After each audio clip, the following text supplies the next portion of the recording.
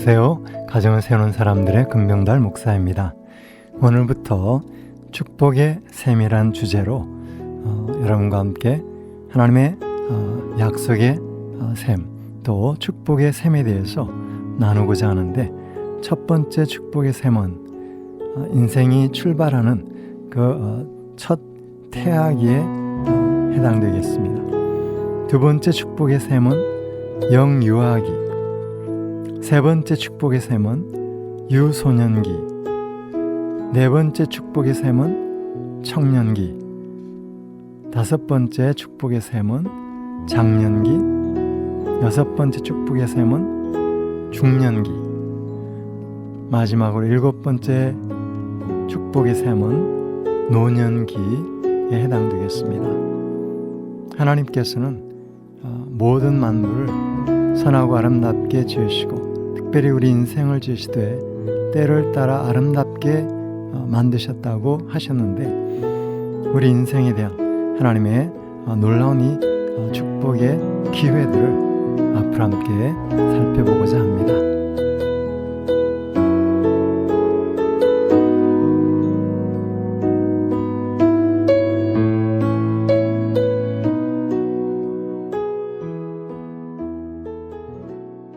네, 오늘 이제 다섯 번째 축복의 셈, 바로 청소년기에 대해서 함께 나누고자 합니다. 청소년기는 다른 말로 사춘기라고도 하죠. 그런데 목사님, 청소년기 10대에 라고 생각하면은 이제 딱 떠오르는 게 뭐 있으세요? 청소년기는 아이들이 부모님들과 이제 더 갈등이 심해지고 더 독립적이 되고, 그리고 바깥에 나가 있는 시간이 점점 많아지고 뭐 이런 것들 있죠. 그리고 10대의 반항기 뭐 이렇게 얘기하는데, 오늘 그런 얘기를 좀 잠깐 나눠보면 좋을 것 같아요. 그죠? 네, 우리 청소년기에 방황하는 아이들, 특별히 이제 우리 자녀들이 힘들어할 때 부모들도 참 많이 힘든데, 왜 이렇게 청소년들이 방황하게 되는지 크게 세 가지 원인을 한번 생각해 볼 수 있는데요. 첫 번째는 자기 자신에 대한 확신, 자기 자신이 누구인지를 몰라서 방황할 수가 있습니다. 또 두 번째는 분명한 인생의 목적이나 의미를 찾지 못했을 때 방황할 수가 있고요. 또 여러 가지 자기가 원치 않는 그런 환경적인 힘든 그런 상황들, 또 삶에 대한 어떤 꿈이나 이상이 꺾여짐으로 좌절감이 다가올 때 현실의 압박감이 너무 크기 때문에 청소년들이 방황하고 힘들어할 수가 있습니다. 그거 플러스 또 다른 것들도 있는데, 이 청소년기는 이제 점점 부모의 영향력이 적어지면서 독립적인 그런 단계가 되잖아요. 친구가 굉장히 큰 영향력을 미치게 돼서, 청소년기 때는 친구가 선생님이다 이런 말, 또 친구 따라 강남 간다 이런 말이 있어요. 그래서 친구들의 압력, 누구를 만나는가 굉장히 중요하고, 이런 친구들의 압력, 피어 프레셔를 잘 견디고, 또 여기서 좋은 친구들 만나고 선택하고 하는 그런 훈련도 하는 것이 필요한 것 같아요. 얼핏 생각하면 자녀들이 이제 어릴 때 부모 손길이 많이 필요하지, 10대가 되면 자기들이 알아서 큰다고 생각하기 쉽고, 부모 역할은 더 이상 중요하지 않은 것처럼 여겨져서 방치하기가 쉬운데, 사실은 그렇지 않습니다. 10대가 된 후에도 이 10대 자녀들은 성인이 된 다 성숙하고 성장한 그런 자녀라기보다 이 자녀들은 아직은 피어나지 못한 꽃나무와 같이 그렇기 때문에 여전히 부모의 관심과 또 부모의 어떤 역할 모델이 필요한 시기라고 말할 수가 있죠. 이때 우리 자녀들이 자기가 사랑받는 존재라는 그런 확신이 부족하거나, 또는 소속감을 잃어버리거나, 부모님이 완전히 자신을 저버리고 있다, 방치하신다라고 생각했을 때는 아이들이 소속감을 그리워해서 쉽게 갱단이나 또는 좋지 않은 서클 모임에 빠져서 지나친 어떤 자기 존재감을 추구하는 그런 경향도 있을 수가 있죠. 그래서 어떤 부모님 이렇게 말씀하시더라고요. 자녀들과 이런 허그나 이런 것들이 자녀들이 이런 허그나 또 이런 스킨십 하는 걸 싫어할 때 뭔가 문제가 있다는 것을 감지하고 자녀들과 좀 더 깊은 관계를 갖는 것이 필요하다 이렇게 얘기하는데 아무튼 아이들은 이런 소속감 그리고 자기가 얼마나 소중한 존재라는 그 가치감 그리고 삶에 나도 헤쳐나갈 수 있다는 그런 자신감을 가질 수 있을 때 그런 아이덴티티가 자기가 누군지에 대한 그런 정체성을 확립하는 참 중요한 시기인 것 같아요. 네, 특별히 이제 우리가 듣기로 유대인들에게는 세대 간 세대 차이가 없다. 또 부모 자녀 사이에 특별한 갈등이 없다라는 이야기를 듣는데요.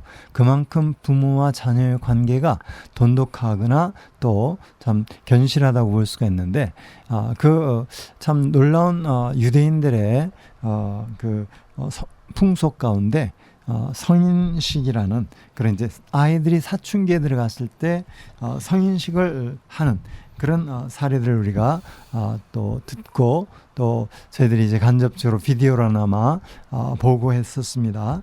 근데 그런 부분들 유대인 가정에서는 특별히 남자애들은 아마 만 12세 죄송합니다. 남자는 13세, 여자애들은 좀 더 사춘기가 빨리 온다고 생각해요. 12세가 되면 이제 그 생일을 맞아서 특별한 의식을 치러주는데 바로 바 미츠바 또는 바트 미츠바라는 의식이라고 하죠.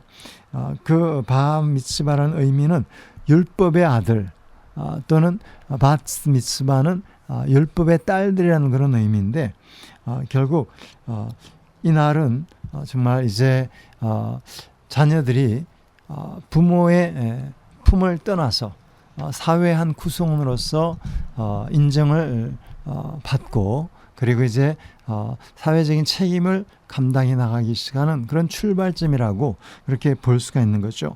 이때 그 유대인들은 굉장한 의식을 치른다고 하죠. 네, 멀리 있는 친척들한테 비행기표까지도 다 보내서 정말 많은 커다란 그런 잔치를 가족 간의 커다란 잔치를 벌리는데 아이들이 음식도 많이 준비하지만 정말 온 가족들이 다 모이는 그런 중요한 기회고 이 아이를 축복해 주는데 또 아이들은 이런 것을 하죠.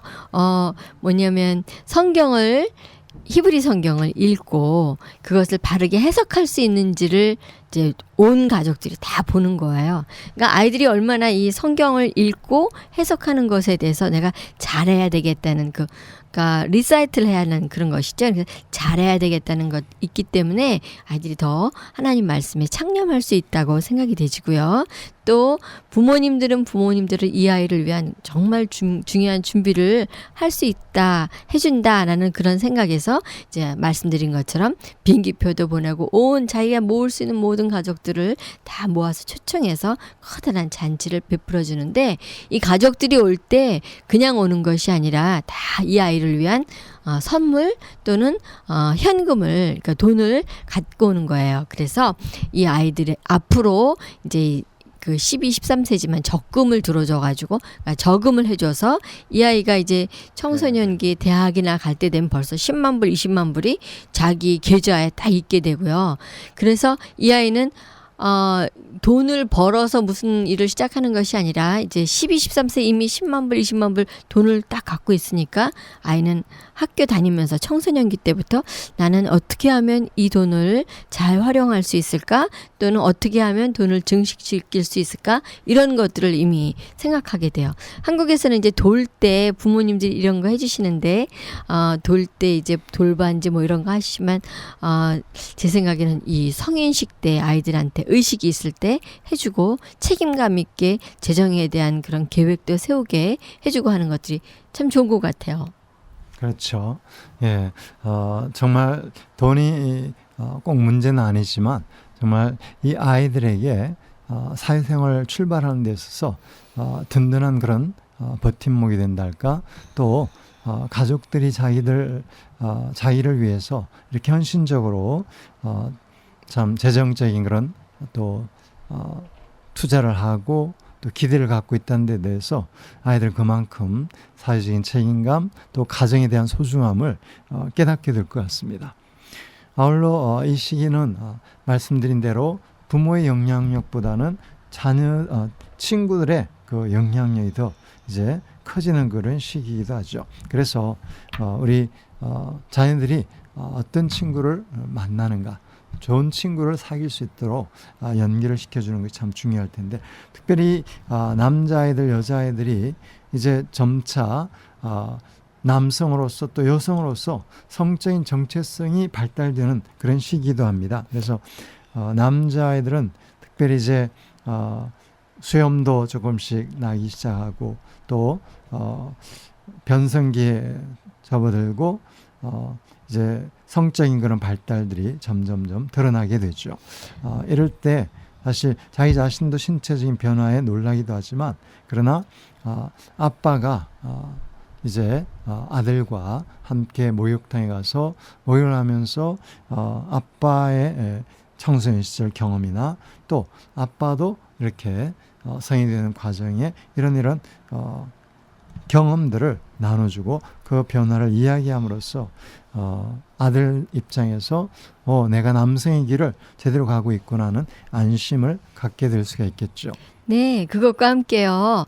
이제 아이들이 외모가 달라진다고 하셨잖아요. 그래서 적절한 옷을 입고 또 여러 상황에 어울리게 단장하는 것을 자기의 체형에 맞는 또는 자기 스타일에 맞는 그런 패션을 자기 나름대로 갖도록 하는 그런 참 좋은 시기인 것 같아요. 한 일화가 있는데요. 이제 그 김옥길 이대 총장님에게 어떤 분이 이렇게 여쭤보셨대요.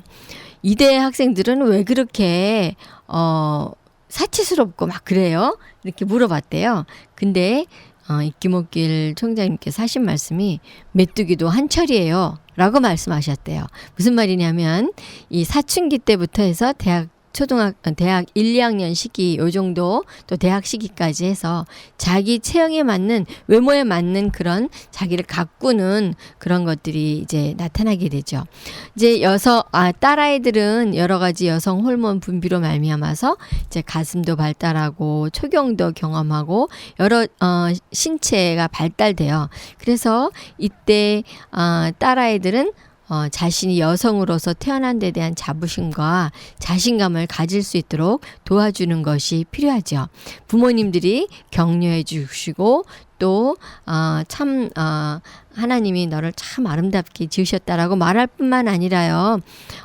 이 아이가 성적인 바운더리, 성적 경계선을 가질 수 있도록 도와주시는 것 잊지 않으셔야 되겠죠. 그래서 너희 몸은 이제 아이를 출산할 수 있는 정말 중요한 소중한 그런 엄마가 되는 그런 사람이기 때문에, 엄마가 될 수 있는 사람이기 때문에 어느 정도의 성적인 경계선을 갖도록 하는 것이 필요하다라고 이야기해 주시는 것이 필요해요.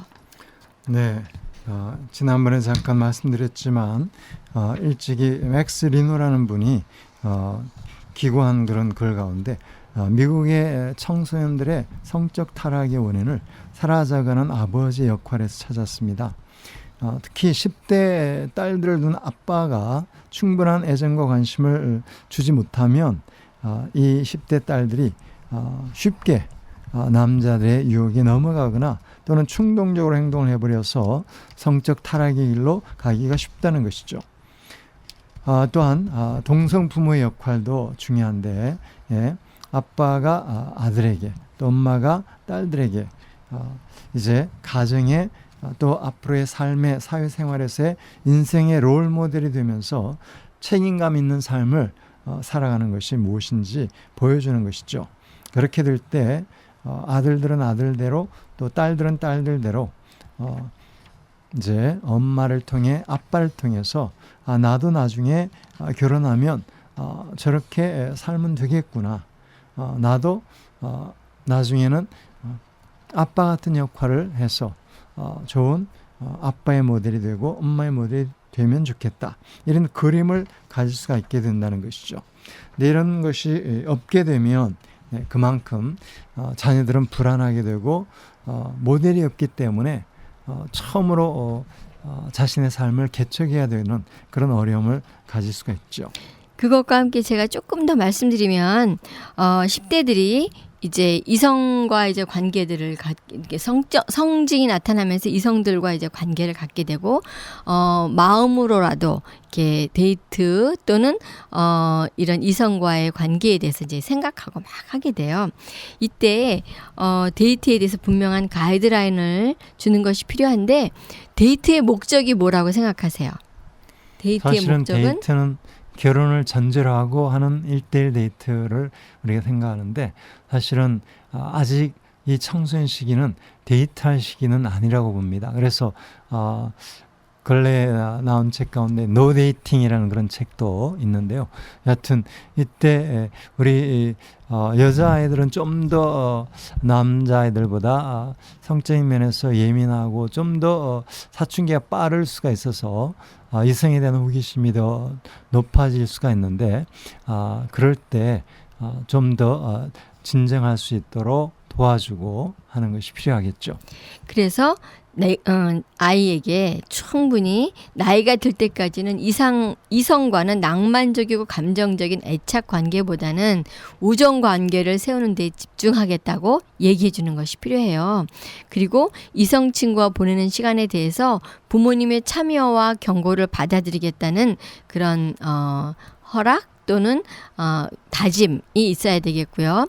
이성 친구들을 보다 현명하고 존중하게 대하겠다는 생각을 갖도록 하는 것이 필요해요. 아이들이 요즘에 대중매체나 이런 것들 때문에 너무나 많이 성적으로 노출되어 있습니다. 그렇기 때문에 분명한 가이드라인을 갖고 대할 수 있도록 하는 것인데요. 또 한 가지는요. 인생 가운데 가장 동성 친구 또 이성 친구 있지만 동성 친구와 좋은 관계를 맺기 쉬운 때가 언제라고 생각하세요? 그렇죠. 10대하고 대학 시기 이럴 때가 동성과 가장 좋은 친구 관계를 맺는 시기예요. 근데 이때 이성 친구와 너무나 밀착되고 애착 관계가 너무 진하게 되면 동성 친구와 사귈 수 있는 그런 시간을 잃어버리게 돼요. 그래서 이제 이성 친구와 사귀던 그 관계가 끝나고 자기가 이제 자기 자리에 다시 돌아가려고 보면 동성 친구들과는 너무나 커다란 갭을 느낀다고 많은 형제자매들이 얘기하는 것을 들은 적이 있어요. 그래요. 그래서 동성 친구와 더 좋은 관계를 갖게 하고 또 1대1 데이트보다는 그룹 데이트를 가질 수 있도록 부모님들이 격려해 주시는 것이 필요해요. 그룹 데이트라는 말이 좀 생소하시죠? 그룹 데이트는 뭐냐면 불특정 다수의 형제 자매들이 함께 모여서 어떤 액티비티를 하거나 신앙 활동을 하거나 이런 것을 하는 것을 말해요. 예를 들면 뭐 선교 여행을 간다든지 수련회를 간다든지 또는 전도 집회에 간다든지 같이 기도 모임을 한다든지 이런 대중적인 불특정 당수의 형제자매들이 모여서 함께 뭔가를 해나가는 그런 모임을 말해요. 이때 이런 대중 모임을 하면서 형제자매들 안에 나는 이런 형의 사람을 좋아하는구나. 난 이런 형의 사람은 정말 싫어. 이런 마음을 썼다 지웠다를 3-4번을 해가면서 자기의 이상형을 결혼을 할 수 있다는 그런 이상형을 만들어가는 그것을 저희는 격려하고 또 추천해드리고 싶습니다. 이렇게 해서 친구들과 이성 친구들과 뭐 시간 약속을 딱 해서 엄마 아빠는 너가 10시 전에 또는 11시 전에 꼭 들어오도록 해야 된다. 또는 믿지 않는 자와는 너는 데이트하지 않는 것이 좋겠다. 또는 어디에 있다는 것을 또 몇 시까지 들어오겠다는 것을 분명히 클리어 커뮤니케이션을 해야지 너희가 계속적인 그런 이성 친구들과의 데이트를 할 수 있다. 이런 가이드라인을 정해주는 것이 필요해요. 왜냐하면 우리 이 청소년들 안에 성적인 에너지가 가장 충만하고 가장 아주 왕성하게 활동하는 그런 성적인 에너지가 움직여지는 그런 시기이기 때문에 자신도 자신을 몰라요. 그래서 아이들 안에 이런 언제 터질지 모르는 이런 폭탄이 있다는 것을 마음에 염두에 두시고 우리 자녀들에게 분명하게 말씀해 주시는 것이 좋겠죠. 네. 그만큼 이제 정말 움직이는 빨간 신호등이라고 어린아이들에 대한 이야기를 했습니다만 청소년 시기도 그렇게 아주 어린 시절 못지않게 요즘 워낙 성적인 그런 에너지가 참 넘치고 또 여러 가지 유혹적인 상황들이 우리 예전 시대보다는 많이 달라졌기 때문에 그런 부분에서 우리 자녀들을 잘 가이드해주고 또 보호막을 지켜주는 것이 필요하다고 생각이 됩니다. 아울러 우리 10대 자녀들이 기본적으로 정말 필요한 몇 가지 말씀을 드린다면 자녀들이 건강하게 잘 자라기 위해서 한 3가지 정도 그 지침을 드린다고 한다면 먼저 자녀들이 원하는 것은 여전히 부모님들의 변함없는 사랑이라는 사실입니다. 어린 시절 정서적인 부족함이 있었던 자녀일수록 더 방황이 쉽고 또 반항적이 되기가 쉽습니다. 그래서 어떻게 보면 10대 자녀들이 아주 반항적이 되고 아주 힘들게 방황한다는 것은 그만큼 어린 시절에 충분히 엄마 아빠의 돌봄과 사랑이 부족했기 때문에 그렇다라는 사실을 기억하시고 우리 청소년 자녀의 문제를 자기의 문제로 알고 하나님 앞에 기도하면서 우리가 어떻게 우리 자녀를 잘못 대했나 다시 돌아보는 그런 기회로 삼는 것도 필요하다고 생각이 됩니다. 또 이런 말씀도 하시더라고요. 우리 자녀들이 내가 이만큼 해도 사랑받을 수 있나? 이렇게 해도 부모님은 나를 용납할 것인가? 나는 어디까지 이걸 정말 부모님이 나를 용납하시는가? 이것을 시험해보는 또는 그런 시간이라고 얘기하는데 아무튼 인내가 필요한 시기고요. 사실은 제 친구 아들이 부모님한테 이런 말을 했다 그러더라고요. 엄마도 나를 키우고 나를 참아주는데 너무 힘들었지. 나도 내가 이렇게 유난스럽게 사춘기를 하는 것에 대해서 나도 나를 참는데 3년이나 걸렸어. 라고 얘기해 주더라고요. 맞아요. 아이들도 뭘 해야 된다는지 분명히 머릿속으로 아는데 이런 성호르몬이라든지 감정적인 안정성이라든지 내적인 성향이라든지 이 모든 것들이 자기 마음대로 뜻대로 잘 되지 않는 거예요. 그 자기가 목표한 대로 되지 않는 거예요. 그래서 사랑은 인내하는 것이라는 것에 대해서 우리가 다시 한번 생각해보는 시기가 되겠죠. 네, 특별히 이제 자녀가 잘했을 때 칭찬도 하지만 자녀가 실패하거나 또 여러 가지 어려운 그런 경험을 했을 때 뭐 시험을 망쳤거나 또는 교통사고를 당했다든지 여러 가지 이런저런 어려움을 했을 때 위로의 말이나 적절한 사랑과 격려의 표현이 필요하죠. 얼마나 힘들었니? 때로는 그럴 수도 있어. 그래, 사람은 누구나 실수를 하기 마련이란다. 다음에 잘해보자. 이런 식의 격려가 필요한 시기죠. 또 용서도 필요한 것 같아요, 목사님. 그래서 우리가 하나님께도 용서를 받지만 사실은 자기가 자기 자신을 용서하지 못해서 점점 절망하고 자신에 대해서 절망하고 포기하고 그리고 더 비행으로 치닫고 하는 일들이 있는데 하나님이 용서하신 것처럼 엄마 아빠도 너를 용서해 줄게. 그리고 동과 서에서 주님이 동이 서에서 먼 것처럼 죄악을 잊으신 것처럼 엄마 아빠도 잊고 우리 새로 시작하자. 이전 일을 기억하지 말며 예전 일을 생각하지 말고 우리가 다시 한번 해보자 하는 격려의 메시지도 우리 부모님으로서 필요하죠. 두 번째는 자녀들을 이해하려고 노력하십시오. 10대는 아까도 말씀드렸지만 급속한 변화와 성장을 경험하는 시기입니다. 또 성호르몬이 나오기 시작하면서 이성에 대한 호기심 그리고 성적인 어떤 욕구를 느끼기도 합니다. 이러한 변화를 10대 자녀들은 자신도 잘 모르기 때문에 힘들어하고 또 거기에 적응을 해야 되는 시기인데 이럴 때 자기는 나름대로 은밀한 공간과 비밀을 추구할 수 있습니다.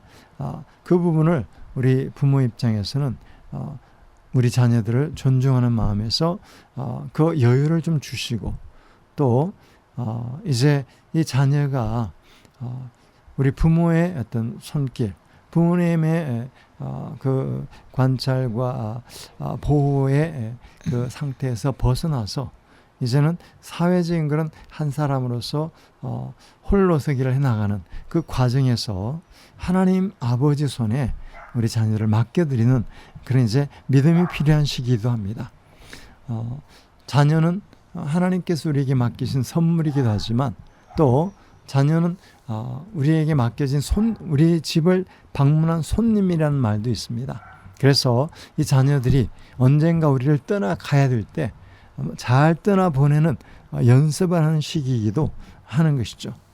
그래서 우리는 여러 분들이 이야기한 것처럼 부모가 그 자녀를 위해 기도하고 있는 한 자녀는 망하는 법이 없다.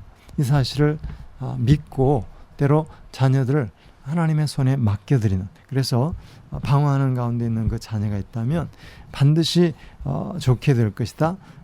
하나님의 사랑하는 자에게는 모든 것이 합력하여 선을 이룰 것이라는 믿고 말씀을 붙들고 기도하고 하나님 앞에 기다리는 것도 필요한 것이죠. 네.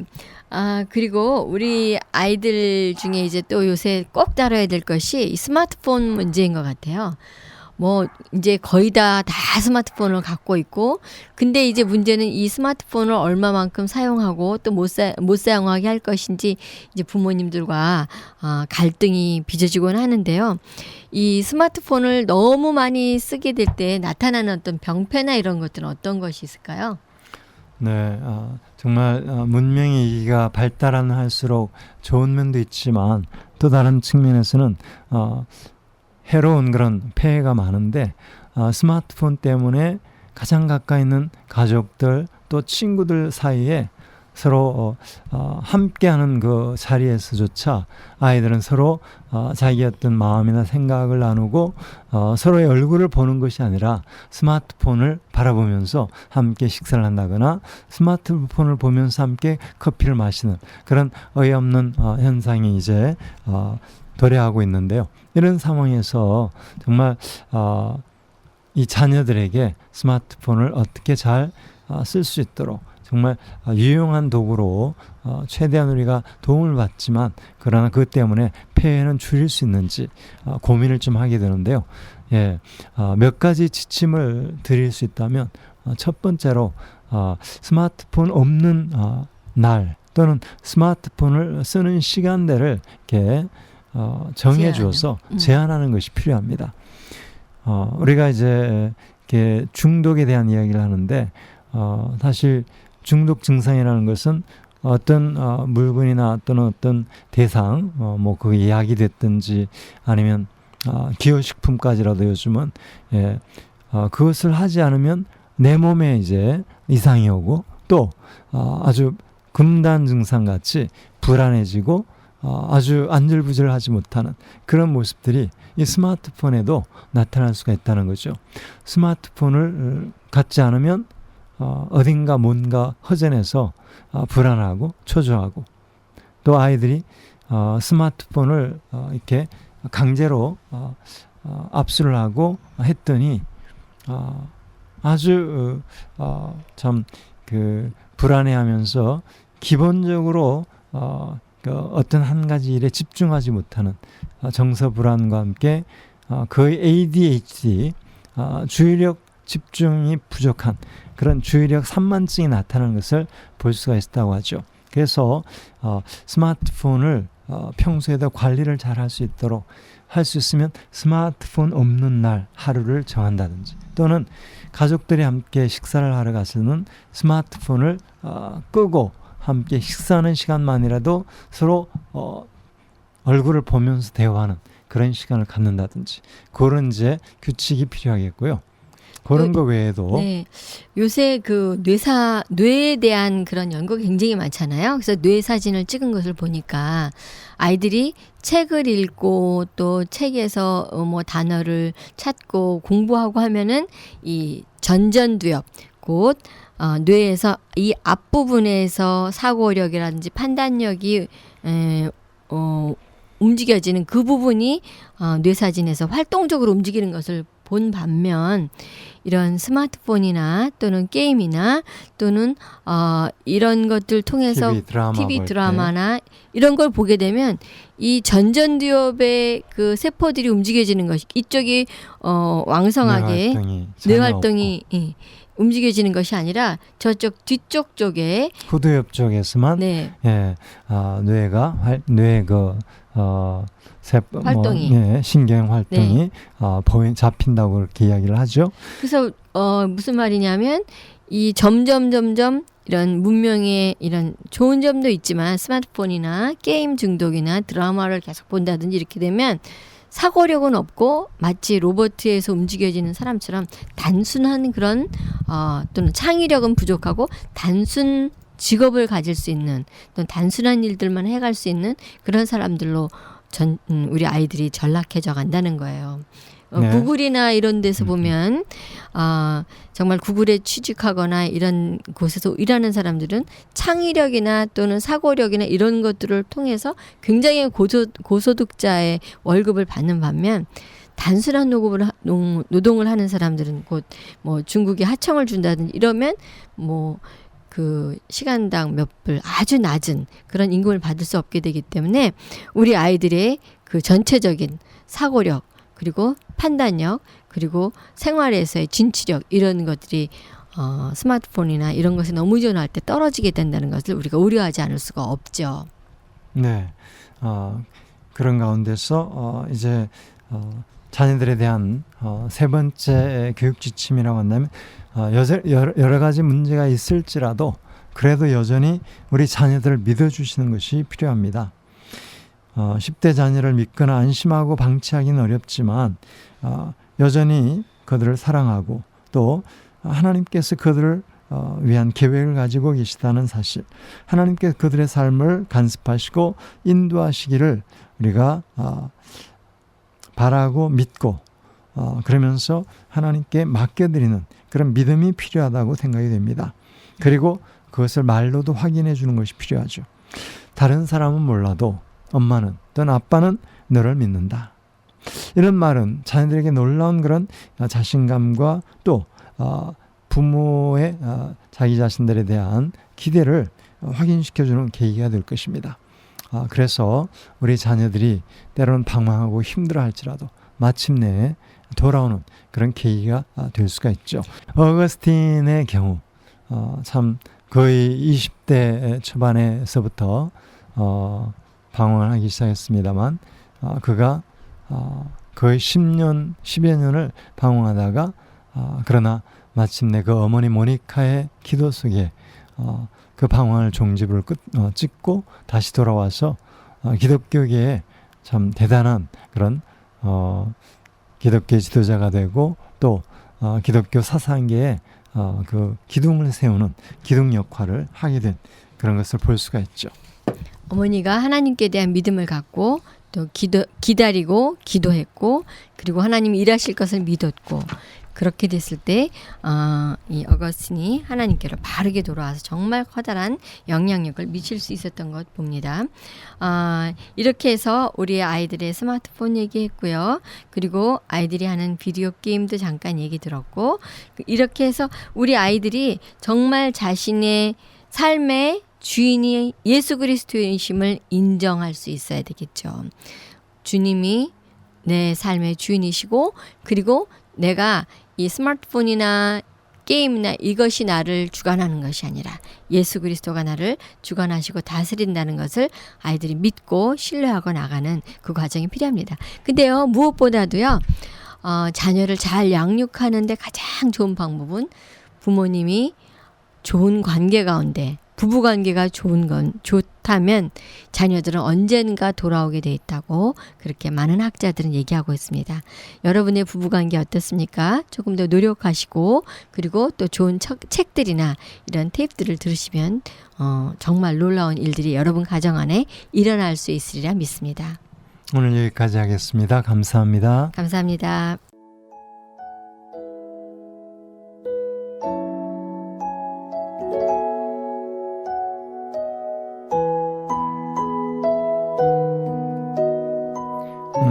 방송을 함께 청취해 주신 여러분들 감사합니다. 다음 한 주간 건강하시고 또 축복된 한 주간 되시기를 바랍니다. 다시 뵙도록 하겠습니다. 안녕히 계십시오.